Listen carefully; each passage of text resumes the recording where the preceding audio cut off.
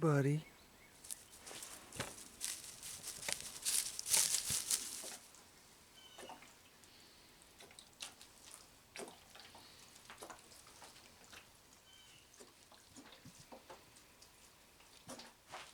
Well, hi! Welcome back to the garden.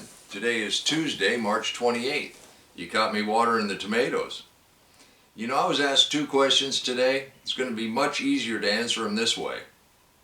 One was about planting carrots, and the other was about planting bush beans and cover crops. And you know me, we're also going to go ahead and plant a little bit.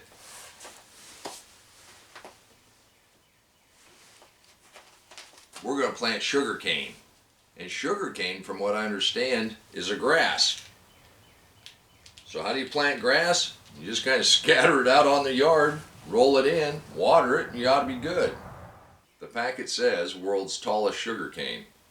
Press in warm soil, germinate in 7 to 48 days, germination rate 85 to 90%.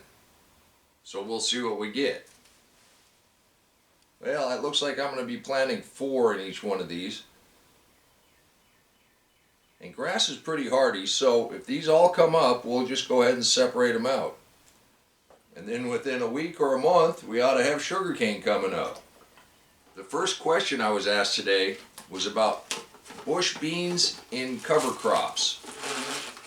From what I understand about the living soil, using cover crops is a way to keep the roots active and keep the life active in the soil.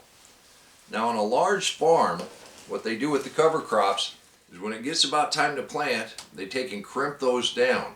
Now in a smaller area, if your cover crop's kind of lush, like clover or one of the ryegrasses, and you're getting ready to plant, I'd go ahead and mow it short right down your row.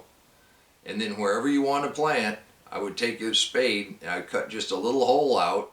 I wouldn't dig a furrow. You're defeating the purpose that way. You want to keep as many roots going as possible, from what I understand. I believe whatever your spacing is going to be, you want to take a hand shovel and dig just a little bit of hole, remove some of those plants, and then just go ahead and plant. And then once your seeds start germinating, get a little bigger, then go ahead and mulch back with your mulch.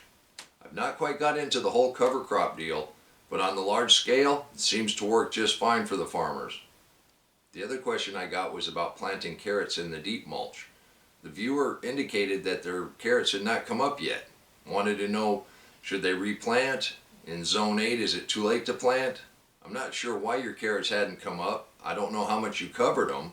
Now if you're worried about it getting too warm and them not germinating because of that, there's a couple different ways you can go. Always take your mulch down to bare soil and plant your carrots. The way I do it is I just scatter them on top, do the Ruth Stout method, just pat them in lightly. And then if it's starting to warm up, go ahead and cover them either with a board, with some cardboard, with a burlap sack. Make sure they're good and wet. Then I always put a little mulch around the edge, that way the wind won't blow it off. But then check it every few days. The minute they start sprouting, you got to remove that board or cardboard or burlap sack and let them start going. They want to stay relatively cool and moist to germinate. If you've been following my story, you know here in zone 7 I plant carrots when it's 100 degrees outside.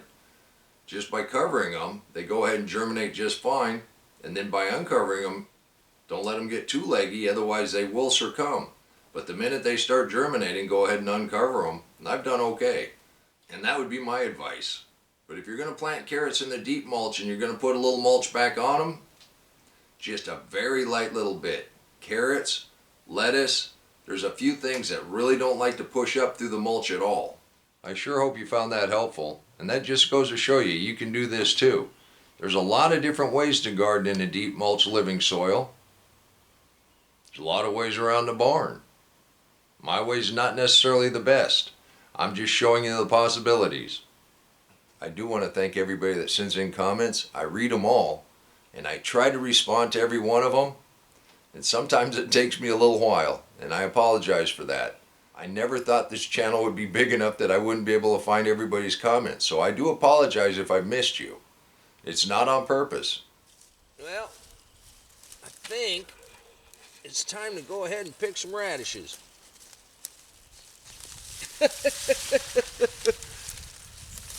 Now